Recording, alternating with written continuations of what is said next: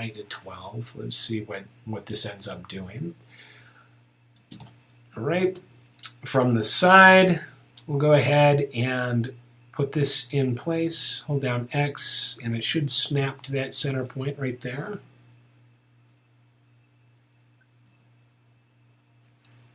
Now I'll reset my transformations again. All right, so I'm happy with how that looks.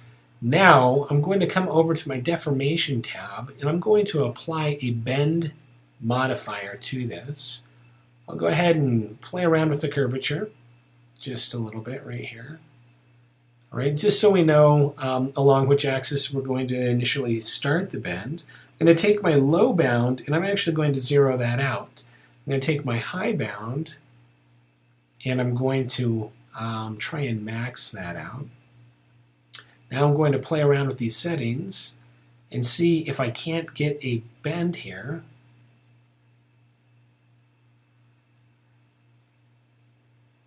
That will match the curvature that I need for this handle. Right, I'm going to grab both of these and drag them up to this point where the bend is initiating. All right.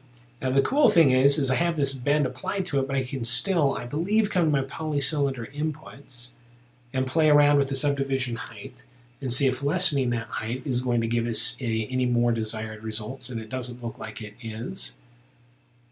See if increasing it will do anything for us. Nope.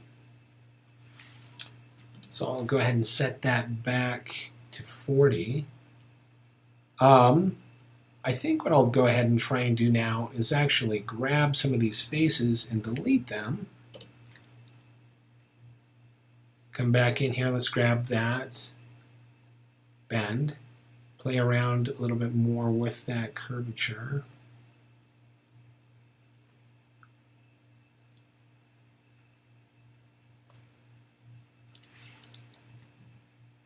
All right, so it looks like what I need to do is just kind of manually push it past the point that it would normally naturally want to go. So it looks like -6 isn't quite getting us there.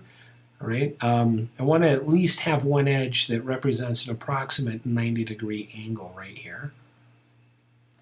All right, so let's try -6.5. That looks like that is too much.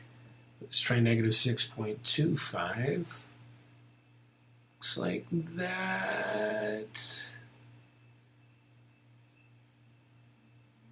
is pretty close.